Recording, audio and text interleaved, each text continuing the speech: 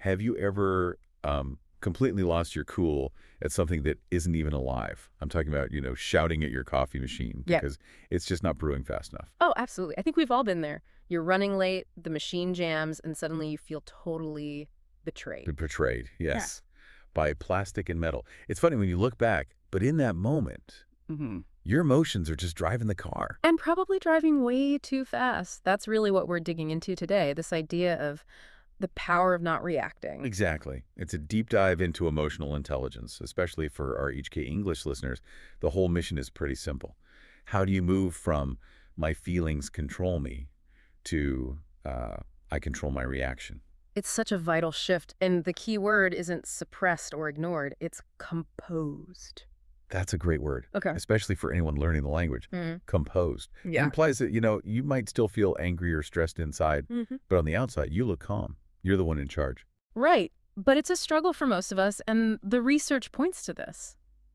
This problem it calls the house of many rooms. I love this metaphor. It frames your life like a house. All You right. got a work room, a family room, a gym room. Exactly. Yeah. And the mistake we make is that when the light bulb breaks in the workroom, say a nasty email from your boss, we decide the whole house is ruined. I'd burn it all down. We let that one bad thing travel with us. We lock the doors to the family room, or we just sit in the dark in the gym room. It's like that other image they used, the dirty, wet jacket. Oh, that one is so relatable. Yeah. You have a bad meeting, and it's like you've put on this soaking wet coat, Yeah. and you wear it to your next meeting, you wear it home to dinner, you're cold and miserable, and you end up making everyone around you feel that way too. So the antidote, the way to take the jacket off, is resilience. But I think people misunderstand that word a lot. They think it means you're bulletproof or you never feel sad. No, not at all. Resilience isn't about never falling down. It's about not staying down. There was a great story of the teacher who had just a disastrous lesson. Oh, yeah. The technology failed. The students were bored. A total nightmare. She just wanted to cry. But she didn't let that one room destroy the rest of her day. She literally shook it off. She realized the next class was a new room, a fresh start. And by letting that bad feeling go, the next class was wonderful. If she'd kept that wet jacket on, the second class would have been ruined too. So that's the defense. But you also need some offense. And that's where this idea of being relentless comes in. Yeah. This is the old Jake versus new Jake idea. Right. Old Jake is the guy who waits to feel like doing the work. He listens to his lazy feelings, he eats some snacks, and he promises, I'll do it tomorrow. And of course, tomorrow never comes. Old Jake never gets anything done. But new Jake is different. New Jake commits to consistency. Even if his motivation is at 0, he just commits to 10 minutes. He learns how to power through. Powering through. That's such a key phrase. Finishing something even when it feels uncomfortable. But there's a trap here, isn't there? If we just power through and ignore our feelings, are we just bottling them up? Exactly. You get these two dangerous extremes. There's the heat of the moment. Just exploding at the coffee machine. Yeah, or there's bottling up where you hide it all day until you finally end up crying in the bathroom. Neither is healthy. We need the middle ground. The composed middle ground. And the trick for that is almost too simple. It's the 5-second rule. When you feel that heat rising in your chest, just wait 5 seconds before you speak. Or just take one slow breath.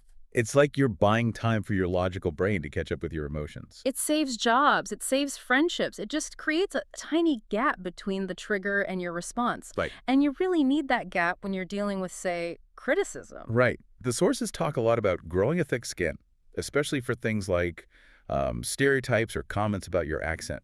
This is so crucial for our listeners. If someone says your accent is strange, a thin-skinned person might just retreat or get angry.